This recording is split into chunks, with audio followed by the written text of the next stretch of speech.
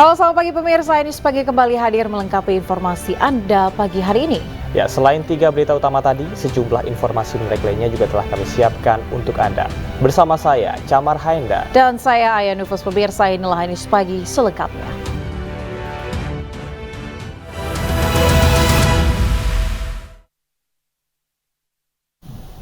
Ya, pemirsa, kita awal informasi pada Anyus pagi hari ini. Kebakaran melanda ruko di kawasan Pasar Mobil Kemayoran, Jakarta Pusat pada Selasa malam. 33 mobil pemadam kebakaran dan 132 personel dikerahkan untuk memadamkan api.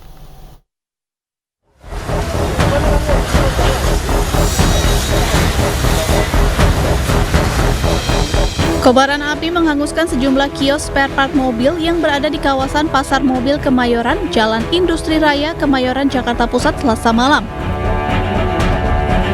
Kobaran api dengan cepat merambat ke kios-kios lainnya yang juga menjual aksesoris hingga tempat servis mobil. Petugas suku Dinas Penanggulangan Kebakaran dan Penyelamatan Wilayah DKI Jakarta yang berada di lokasi berupaya melokalisir api agar tidak terjadi perambatan yang lebih luas. Toko variasi, bengkel juga ada, spare part, ya itu satu blok habis, ya kira-kira kurang lebih 100 kios. Oh, ada 100 kios, Pak. Itu api pertama kali muncul dari mana, Pak? Informasi kayaknya dari variasi, Apollo.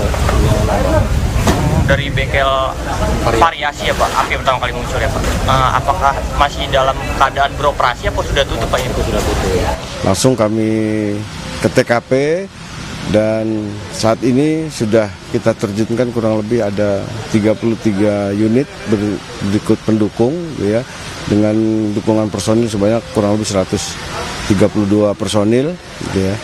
Dan api berhasil bisa kita lokalisir itu jam 11:57 dan sampai saat ini sekarang sudah kita lakukan pendinginan terus, mudah-mudahan sebentar lagi juga akan selesai gitu ya. Kalau untuk dugaan sementara penyebabnya apa, Pak? Kalau dugaan sementara kemungkinan korsleting listrik ya. Api berhasil dipadamkan 1 jam kemudian. Belum diketahui apakah ada korban luka maupun jiwa dalam peristiwa kebakaran ini. Sementara penyebab pasti kebakaran masih dalam penyelidikan. Dari Jakarta, Tim Liputan iNews melaporkan. Akibat diguyur hujan deras, pemirsa, sebuah atap plafon yang berada di lobi wahana permainan di Kabupaten Bogor, Jawa Barat ambruk. Detik-detik kejadian terekam kamera warga.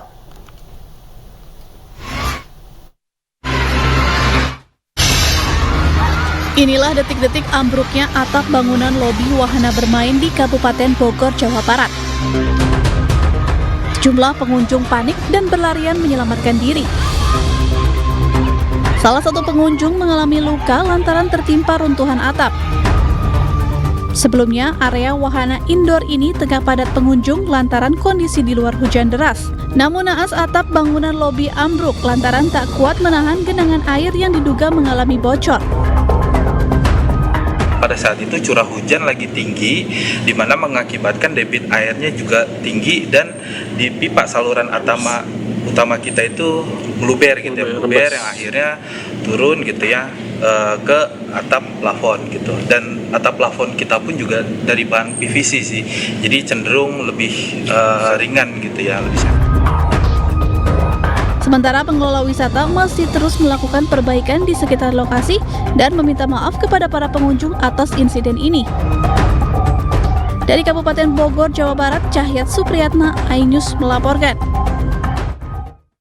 Sebuah gudang penyimpanan kemasan plastik di Kabupaten Malang, Jawa Timur ludes terbakar. Material plastik yang mudah terbakar membuat kobaran cepat membesar. Tidak ada korban jiwa, namun kerugian diperkirakan ratusan juta rupiah.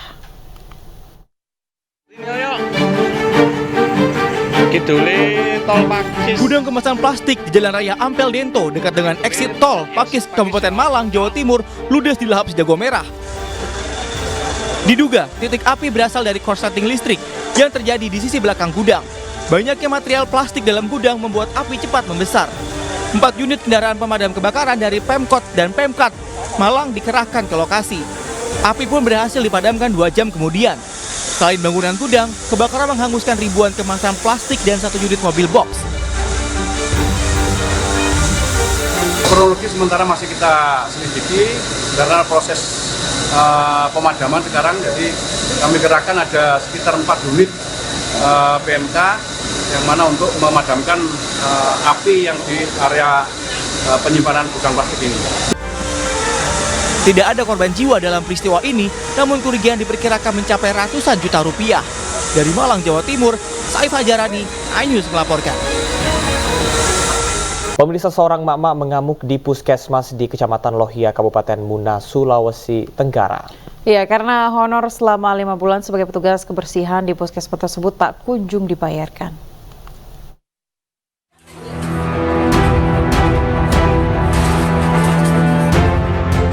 Dengan penuh amarah, seorang petugas kebersihan puskesmas Lohia di Kecamatan Lohia, Kabupaten Muna, Sulawesi Tenggara membanting sejumlah material di teras puskesmas.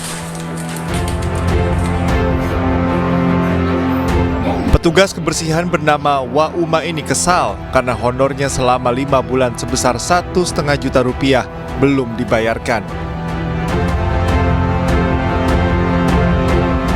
Apalagi ia mendapat informasi bahwa pembayaran honor ini tertunda karena puskesmas belum memiliki dana.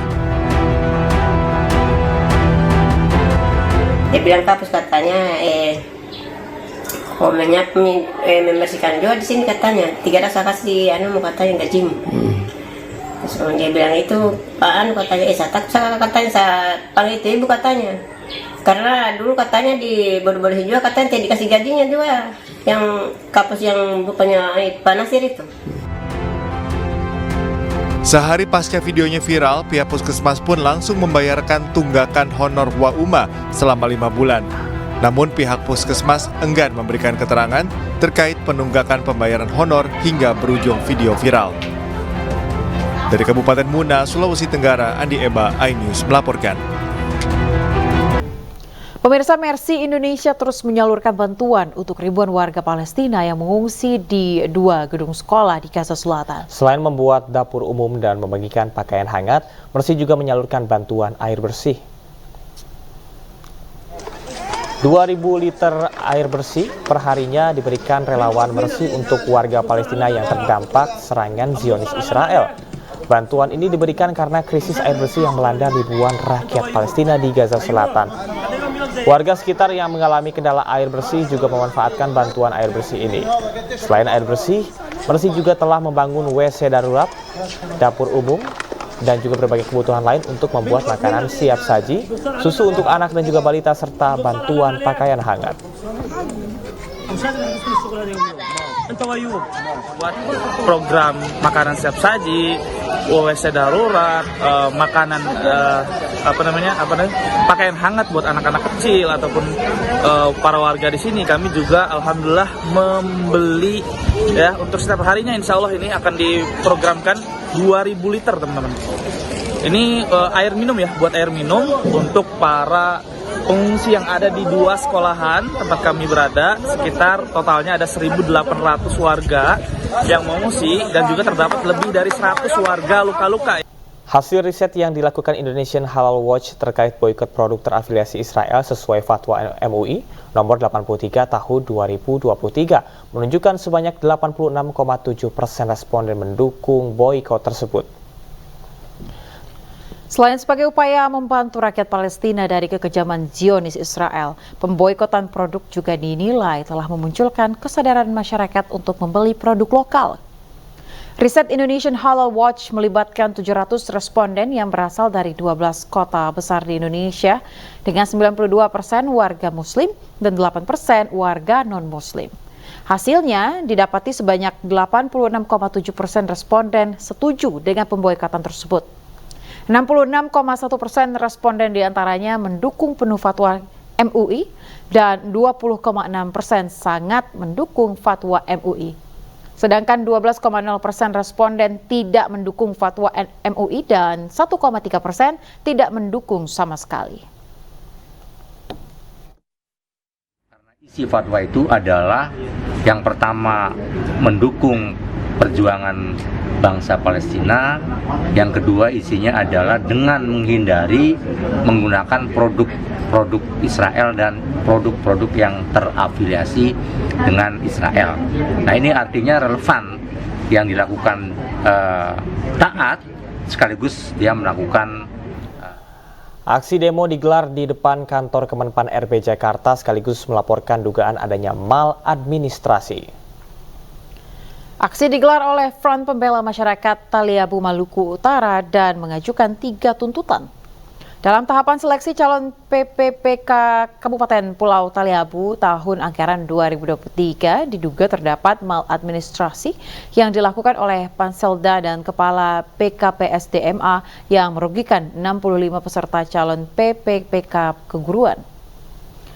Surat laporan sendiri telah diserahkan lewat Kasubag TU Kemenpan RB. Masuk dan memberikan surat kepada Kasubag TU Kemenpan RB, dan kami akan menunggu ditindaklanjuti dari Kemenpan RB. Anda kembali di iNews Pagi pemirsa, bersama saya Aya Nufus dan rekan saya Camara Indah. Pemirsa, sebuah mobil minibus di Kota Kendari, Sulawesi Tenggara yang menggunakan tangki rakitan terbakar usai mengisi BBM. Sementara pengemudi minibus melarikan diri.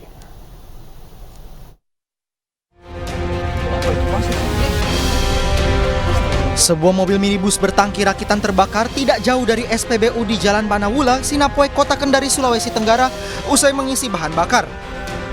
Diduga minibus terbakar karena mengalami korsleting yang berasal dari tangki rakitan. Sementara saat kejadian pengemudi minibus melarikan diri meninggalkan kendaraan yang tengah terbakar. Petugas pemadam kebakaran Kota Kendari yang menerima laporan langsung menuju lokasi dan berupaya memadamkan api. 100 meter dari SPBU Anggoya. Jadi memang sudah terbakar. Jadi sampai sekarang kami mencari pemilik dan kami belum menemukan.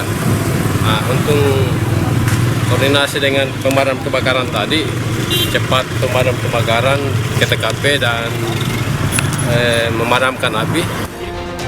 Tidak ada korban jiwa maupun luka dalam peristiwa ini. Sementara petugas kepolisian Polsek Poasia masih mengejar pengemudi minibus yang terbakar. Dari Kendari, Sulawesi Tenggara, Febriono Tameng, iNews melaporkan. Akibat salah injak tuas rem, 2 mobil minibus terperosok hingga tercebur di pintu air aliran kali banjir Kanal Barat di kawasan Palmerah, Jakarta Barat. Petugas pun harus menerjunkan mobil alat berat untuk mengevakuasi kendaraan. 2 mobil minibus milik warga terperosok hingga tercebur di pintu aliran kali banjir Kanal Barat sedalam 6 meter di pos polisi Kolong Tomang, Palmerah, Jakarta Barat. Petugas pemadam kebakaran Jakarta Barat dan Jakarta Pusat yang tiba di lokasi berupaya mengevakuasi kedua kendaraan. Sebuah mobil alat berat pemadam kebakaran pun diterjunkan ke lokasi. Peristiwa ini terjadi saat pengemudi mobil hendak memarkirkan kendaraannya secara paralel. Namun saat hendak memundurkan kendaraannya dan mengerem, pengemudi mobil ini justru menginjak gas dan menabrak kendaraan lain yang berada di belakangnya hingga tercebur kali.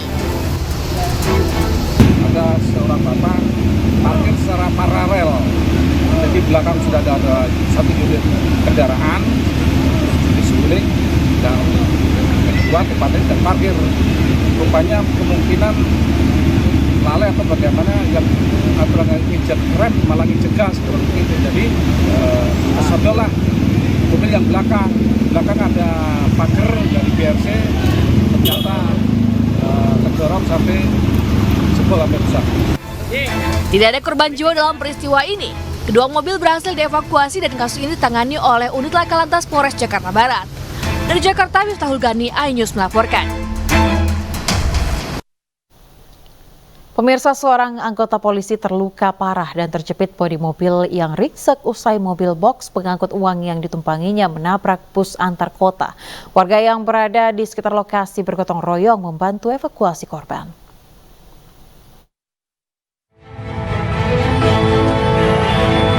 Bribda Desmond Rura Palamba, petugas pengawal pengisian uang mesin ATM dalam kondisi sadar namun terluka parah usai terjepit bodi mobil yang ringsek akibat mobil pengangkut box uang yang ditumpanginya menabrak bus antar daerah. Warga sekitar berbondong membantu proses evakuasi korban terjepit beserta 2 korban mobil box lainnya yang terluka akibat kecelakaan ini. Peristiwa berawal saat mobil box berisi 1 sopir dan 2 penumpang menabrak bus antar daerah berisi 7 orang di Jalan Poros, Kecamatan Biringkanaya, Makassar, Sulawesi Selatan. Akibat peristiwa ini, mobil box pengangkut uang ringsek, sementara bus alami kaca retak dan juga penyok di bagian depan. Sopir dan seluruh penumpang bus selamat meski alami syok berat. Bapak dari mana mau kemana pada saat itu? Jalur kita kan Toraja Makassar. Oh ya. Kalau yang tabrak mobilnya Bapak itu dari mana mau kemana dia, Pak? Langsung nabrak dia, Pak? Tiba-tiba langsung datang nabrak mobil. Oh, itu berapa orang kalau dilihat dari penumpang di dalam mobil itu, Pak?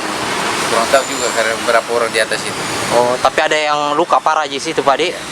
Oh, itu penumpang di depan ya, Pak? Hingga saat ini, kedua kendaraan telah diamankan di Posko Citra Sudiang untuk penyelidikan lebih lanjut. Dari Makassar, Sulawesi Selatan, Wahyu Ruslan, iNews melaporkan.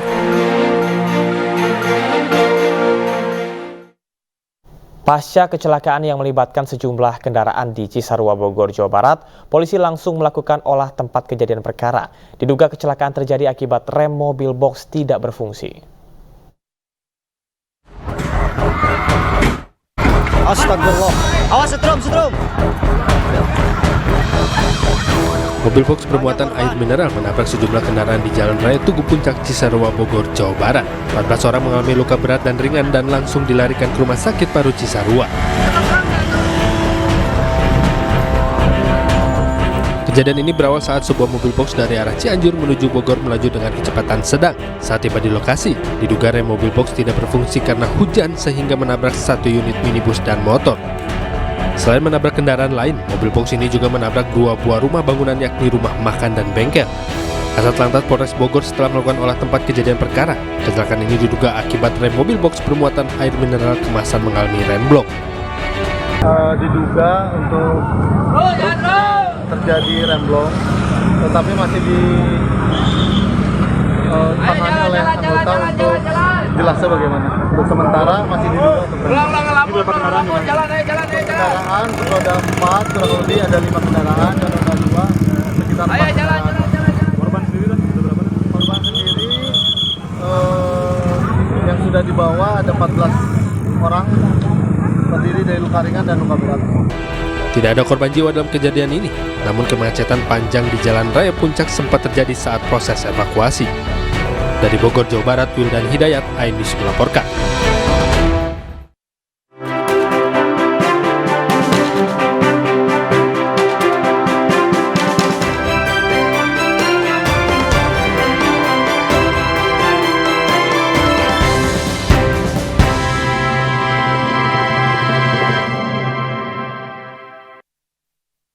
Pemirsa, kita ke informasi pemilu. Alat peraga kampanye belakangan mencelakai pengguna jalan. Akibatnya di beberapa daerah sejumlah alat peraga kampanye mulai ditertibkan.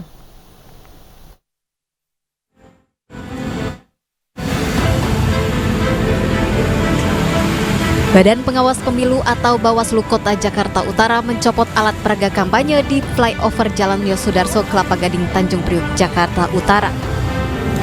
Hampir 1.000 alat peraga kampanye partai politik ditertibkan karena melanggar aturan dan membahayakan pengguna jalan. Alat peraga kampanye tersebut dari berbagai partai politik dan dipasang di pagar flyover. Penertiban ini dilakukan karena keluhan warga terkait alat peraga kampanye milik partai politik maupun calon legislatif yang membahayakan pengguna jalan. Setelah dicopot, alat peraga kampanye dibawa petugas dan akan disita agar tidak menyalahi aturan kembali.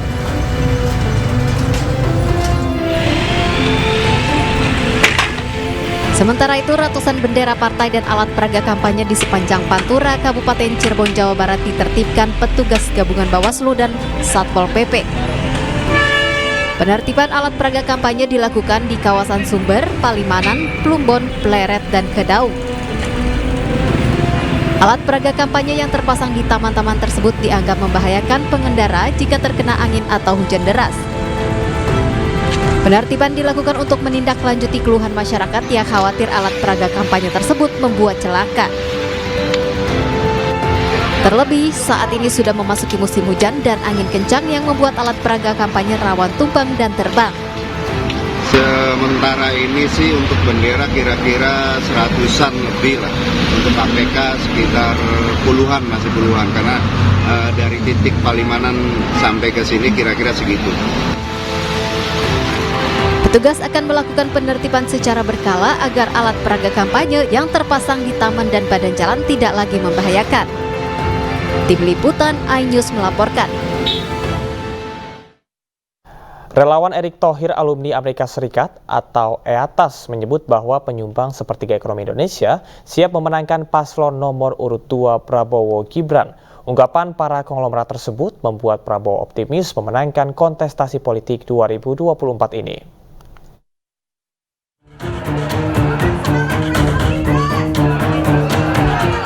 Dukungan demi dukungan digaungkan untuk pasangan calon presiden dan wakil presiden dalam kontestasi politik tahun 2024 ini. Salah satunya dukungan untuk pasangan calon nomor urut 2 Prabowo Subianto dan Gibran Rakabuming Raka. Salah satunya dukungan dari relawan Erick Thohir alumni Amerika Serikat atau EATAS. Para relawan berharap Prabowo Gibran menang dalam Pilpres 2024 karena dinilai pasangannya cocok untuk memimpin Indonesia. Dalam pidatonya, Garibaldi Thohir atau yang dikenal dengan Boy Thohir yang mewakili relawan EATAS menyampaikan bahwa yang hadir dalam deklarasi merupakan penyumbang sepertiga ekonomi Indonesia yang siap memenangkan paslon nomor urut 2 Prabowo Gibran. Selain itu, relawan EATAS juga mengklaim pemilu 2024 kali ini akan dimenangkan pasangan 02 satu putaran. Sepertiga perekonomian Indonesia ada di sini, Pak. Jadi kalau mereka ada Victor tadi, you name it, Pak. Dari mulai Jarum Group, Sampurna Group, Adaro Group, siapa lagi? Pokoknya grup-grup semua, Pak, ada di sini. Ya. Sementara dalam pidatonya saat menghadiri acara tersebut, Prabowo mengucapkan terima kasih serta merasa terhormat mendapatkan dukungan dari para konglomerat yang tergabung di EATAS itu dan optimis akan mendapatkan hasil baik. Ya, insya Allah saya kira ya, insya Allah nanti hasilnya baik begitu. Dalam kesempatan tersebut, Prabowo juga menyebut pentingnya membangun iklim ekonomi dalam negeri demi menyongsong Indonesia Emas 2045. Dari Jakarta, Salam Rahmat Tri Julianti, iNews melaporkan. Pemirsa, Corporate Communication Manager Jarum, Budi Darmawan membantah klaim Garibaldi Thohir terkait dukungan Jarum kepada pasangan Prabowo Subianto Gibran Rakabuming Raka. Klaim Boy Thohir sempat dinyatakan dalam acara relawan Erick Thohir alumni Amerika Serikat atau EATAS. Budi Darmawan selaku Corporate Communication Manager Jarum buka suara membantah pernyataan Garibaldi Thohir alias Boy Thohir yang menyatakan Jarum Group mendukung pasangan Prabowo Gibran.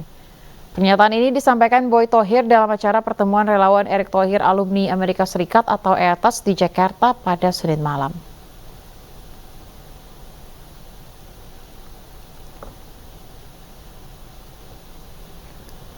Budi Darmawan menyatakan grup Jarum fokus sebagai entitas bisnis. Pihaknya berharap pemilihan umum 2024 dapat berjalan dengan lancar.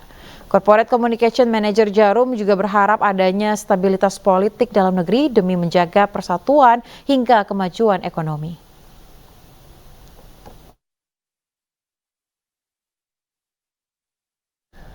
Calon Presiden nomor urut 3 Ganjar Pranowo menyarankan cawapresnya Mahfud MD untuk mundur dari jabatan Menko Polhukam. Dan berikut adalah pernyataan sikap Mahfud MD. Satu pertanyaan saya, Prof. Kami generasi muda butuh kepastian. Pertanyaan saya kepada Prof. Mahfud simpel. Berkaitan dengan statement Pak Ganjar sore hari ini. Pak Ganjar menyampaikan dan menyarankan kepada Prof. Mahfud agar terhindar dari konflik of interest. Beliau menyarankan untuk Prof. Mahfud mundur dari Menko Polhukam. Kami ingin sikap ketegasan positioning dari Prof. Mahfud berkenaan dengan ini. Di mana, Prof? Baik, tolong dengarkan baik-baik semuanya. Apa yang disampaikan Pak Ganjar ke publik sore ini adalah kesepakatan saya dengan Pak Ganjar sejak awal. Bahwa saya pada saatnya yang tepat nanti pasti akan mengajukan pengunduran diri secara baik-baik. Jadi tidak ada pertentangan antara saya dengan Pak Ganjar. Itu sebabnya kalau saudara semua cermat, pada saat penutupan debat itu saya akan membacakan sebuah pernyataan. Saya berterima kasih kepada Pak Jokowi yang telah mengangkat saya 4,5 tahun yang lalu sebagai Menko Polhukam. Dan saya percaya dia punya niat baik untuk rakyat ketika mengangkat saya sebagai Menko Polhukam. Dan saya membantunya. Sekarang pun saya bersedia bersama Mas Ganjar untuk melanjutkan tugas-tugas karena menurut saya Pak Ganjar adalah calon presiden yang betul-betul pro rakyat. Nah, jadi saya sudah memberi syarat itu. Tetapi kenapa ini tidak dilakukan sekarang? Karena begini, satu menurut aturan itu tidak dilarang. Dulu yang tidak dilarang itu ya menteri, terus pejabat-pejabat pusat lah. Tapi menjelang Pilpres yang kemarin ditambah lagi aturannya bahwa wali kota pun ya tidak harus mundur gitu kan, aturannya ditambah. Padahal itu aturan lama yang hanya menyebut menteri dan pejabat-pejabat tertentu. Tapi tidak apa-apa.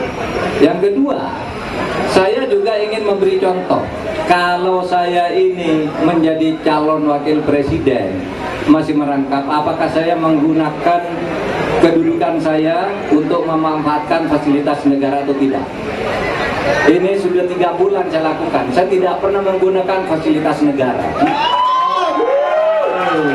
Saya masih berkantor di Polhukam secara rutin.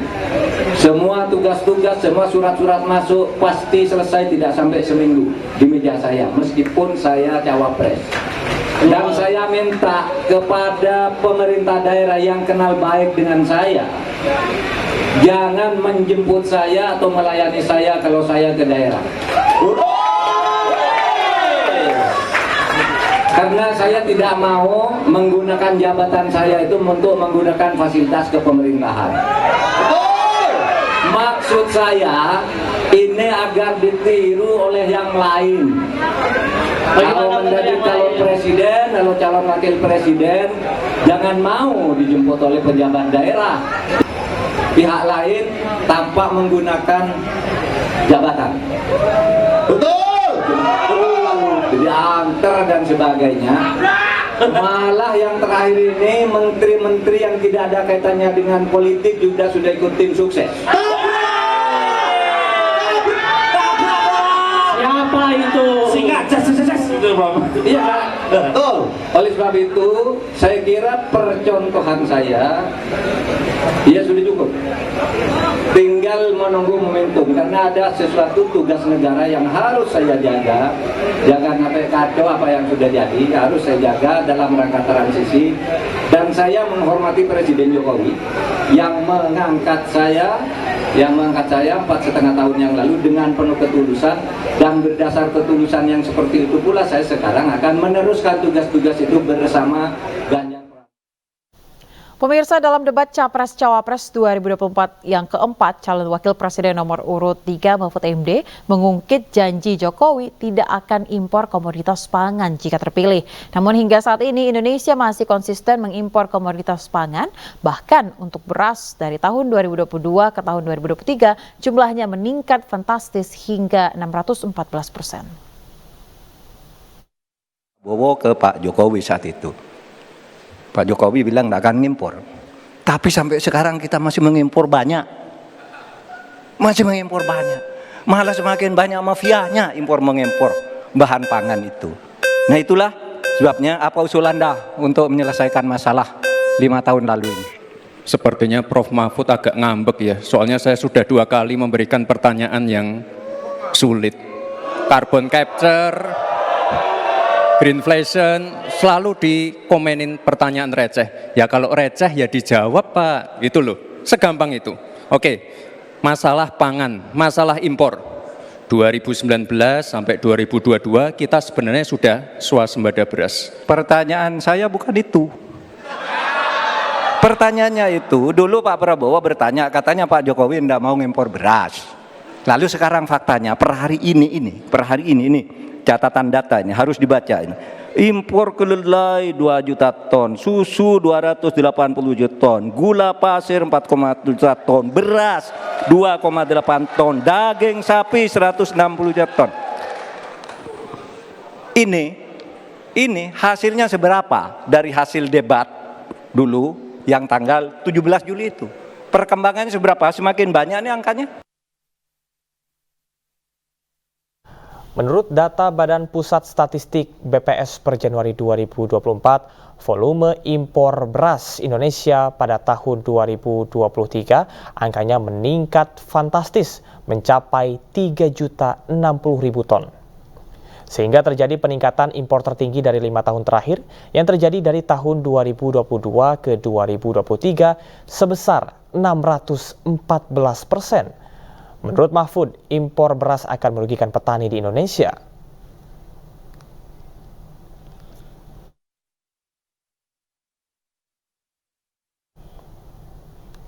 Menteri Agraria dan Tata Ruang Kepala Badan Pertahanan Nasional ATR BPN, Marsikal TNI Purnawirawan Hadi Cahyanto menegaskan program redistribusi tanah sudah berjalan sejak tahun 1961. Redistribusi tanah pada masa pemerintahan Presiden Joko Widodo lebih dari 2,96 juta bidang. Sesuaikan data terkait dengan redistribusi tanah. Setelah UPA tahun 1960, tahun 1961 pemerintah melaksanakan program redistribusi tanah. Tahun 61 sampai tahun 2014 jumlah redistribusi tanah adalah 2,79 juta bidang tanah. Kemudian dilanjutkan tahun 2015 sampai dengan tahun 2023 redistribusi tanah yang dibagikan ke masyarakat sebanyak 2,96 juta bidang tanah. 30.000 relawan Ganjar Mahfud serempak datangi rumah warga untuk mensosialisasikan program kerja pasangan calon presiden nomor urut 3 Ganjar Pranowo dan Mahfud MD di Jawa Barat dan Banten. Lebih dari 500.000 rumah di Jawa Barat dan Banten berhasil didatangi oleh 1.526 orang relawan Ganjar Mahfud di 1.194 titik di Jawa Barat dan 332 titik di Banten. Aksi relawan turun ke rumah warga ini dikomandoi Rumah Aspirasi Ganjar Mahfud Presiden 2024 dan Tim Koordinasi Relawan Pemenangan Pemilu TKRPP PDI Perjuangan lewat program Ganjar Mahfud Canvassing Day atau GMCD Presiden 2024. Kegiatan ini dinilai efektif dalam berdialog dan mensosialisasikan program Ganjar Mahfud yang mengedepankan gotong royong, gerak cepat, dan unggul. Selain sosialisasi program, para relawan juga memberikan sembako untuk meringankan beban rakyat di tengah situasi ekonomi serba sulit.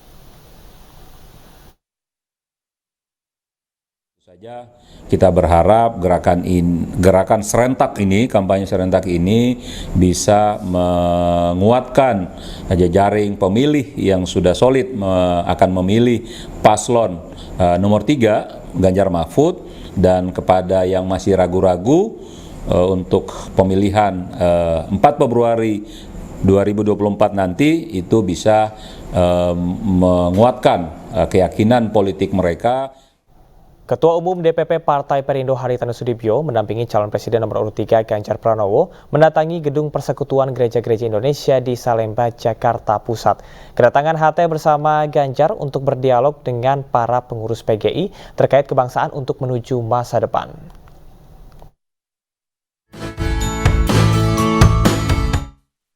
Ketua Umum Partai Perindo Haritanu Sudibyo bersama Dewan Penasehat TPN Ganjar Mahfud Yeni Wahid mendampingi Capres Ganjar Pranowo bersilaturahmi ke kantor Persekutuan Gereja Indonesia. HT dan Ganjar Pranowo berdialog dengan pengurus PGI untuk menyerap pernyataan terkait kondisi demokrasi di Indonesia. Kondisi demokratisasi yang sekarang sedang berjalan, apalagi menjelang pencoblosan, banyak distorsi yang terjadi. Kemarin muncul video di Medan umpama briefing kepada para guru, ya. Pasti yang merekam itu juga rasanya tidak nyaman, maka kemudian bocor. Atau di Batubara, Kabupaten Batubara yang ramenya minta ampun, ya. Kemudian semua tidak mengakui. Sebenarnya cara-cara seperti ini harus dibuktikan dengan teknologi, dengan ilmu pengetahuan. Udahlah, itu digital forensik aja biar kita tahu. Kita harapkan adalah demokrasinya substansial, tidak hanya sekedar prosedural mekanik, tetapi nilai-nilai kejujuran, kesetaraan, keterbukaan itu betul-betul ditunjukkan, dan negara hadir sebagai penyelenggara, negara hadir dengan penuh netralitas. Pertemuan ini mendapat respon positif dari pengurus PGI yang menilai Ganjar Pranowo sebagai salah satu putra terbaik bangsa.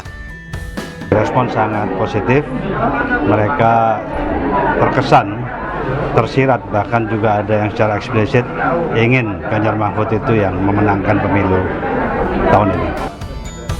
Dalam dialog itu, Ganjar meminta agar tokoh agama untuk mengawal pemilu agar berjalan dengan baik tanpa adanya kecurangan selama perjalanannya pemilihan umum. Dari Jakarta, Amrina Rida, Abdul Roshid, Priyan Rahman, iNews melaporkan. Pemirsa, Wakil Ketua Umum DPP Partai Perindo bidang ekonomi, digital, dan kreatif Angela Tanusudibyo belusukan ke kawasan Merutu Kalianyar, Surabaya. Kepada Angela ini juga merupakan caleg DPR Republik Indonesia Dapil Jatim 1 ini, pemirsa, ini menyampaikan keluh kesah mereka.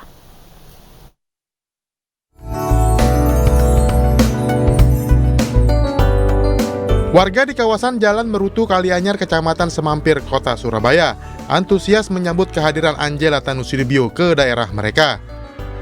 Angela yang merupakan caleg DPR RI Dapil Jatim 1 ini hadir untuk menyapa dan berinteraksi dengan masyarakat, sekaligus menggelar bazar sembako murah. Angela yang saat ini menjabat sebagai Wamen Parekraf ini menegaskan perjuangan Partai Perindo yang akan memberantas korupsi demi mewujudkan Indonesia sejahtera.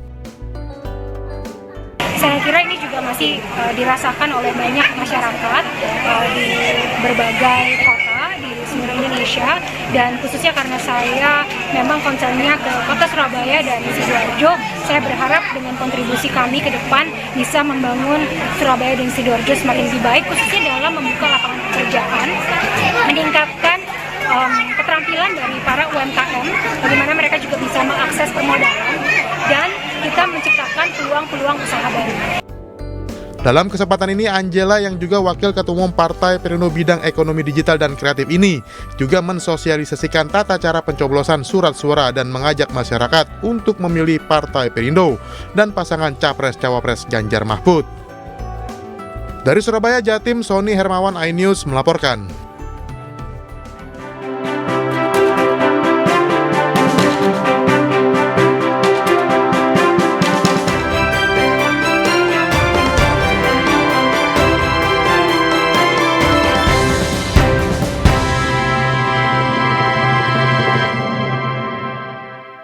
Pemirsa, 2 ketua serikat buruh sebuah perusahaan tambang di Papua mengancam akan menuntut perusahaan tambang tempatnya bekerja. Ya, hal ini dilakukan akibat perusahaan tambang tersebut lepas tanggung jawab atas kesepakatan pembangunan perumahan untuk karyawan yang berujung terseret 2 ketua serikat buruh tersebut ke meja hijau.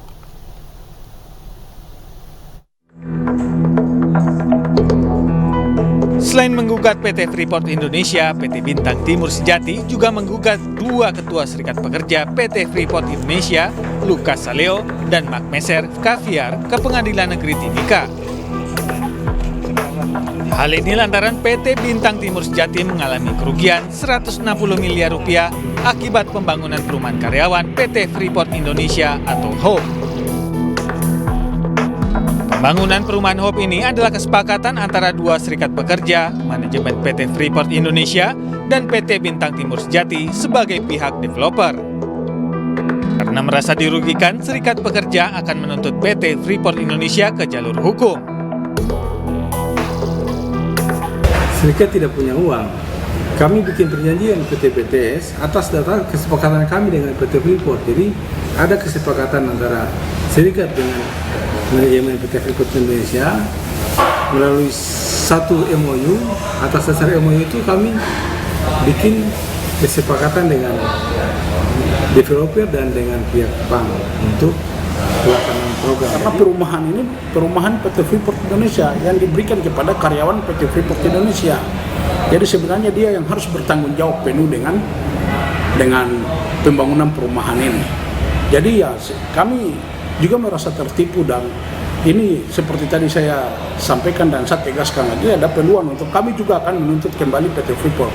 Di dalam perjanjian-perjanjian yang dibuat seharusnya antara kedua belah pihak yang dibuat antara Tim Ho dengan pihak BTS Bintang Timur Sejati, tapi faktanya ini bahwa MOU atau perjanjian ini telah dibuat sepihak oleh pihak manajemen, kemudian nanti disuruh tanda tangan oleh pihak dalam hal ini Tim Ho. Nah, itu yang terjadi. Maka di dalam gugatan itu kami tidak eksepsi. Hingga kini manajemen PT Freeport Indonesia tidak memberikan respon apapun terkait kasus ini. Dari Timika, Papua Tengah, Nathan Making, iNews melaporkan.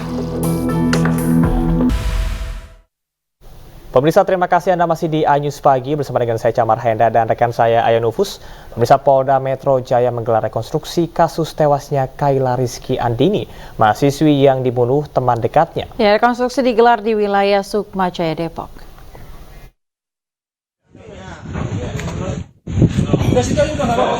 Sebanyak 45 personil gabungan dari Polda Metro Jaya, Polres Metro Depok, dan Polres Sukma Jaya dikerahkan dalam pelaksanaan rekonstruksi kasus pembunuhan mahasiswi oleh kekasihnya yang terjadi Kamis lalu. Rekonstruksi dilakukan untuk mengungkap kronologi peristiwa pembunuhan. Sebanyak 25 adegan dilakukan dalam rekonstruksi. Pelaku pun sempat memperkosa korban dalam kondisi setengah sadar sebelum membunuh korban. Motif pembunuhan karena korban menolak diajak berhubungan intim. Adapun kegiatan rekonstruksi ini dimaksudkan untuk kita mengetahui sejauh mana perilaku ataupun tindakan yang dilakukan oleh si tersangka terhadap korban, yang nantinya ini akan menunjukkan bahwa situasi ketika pelaku melakukan perbuatan pada korban. Pelaku akan dijerat pasal 338 KUHP dan atau 351 ayat 3 KUHP dengan ancaman hukuman 15 tahun penjara.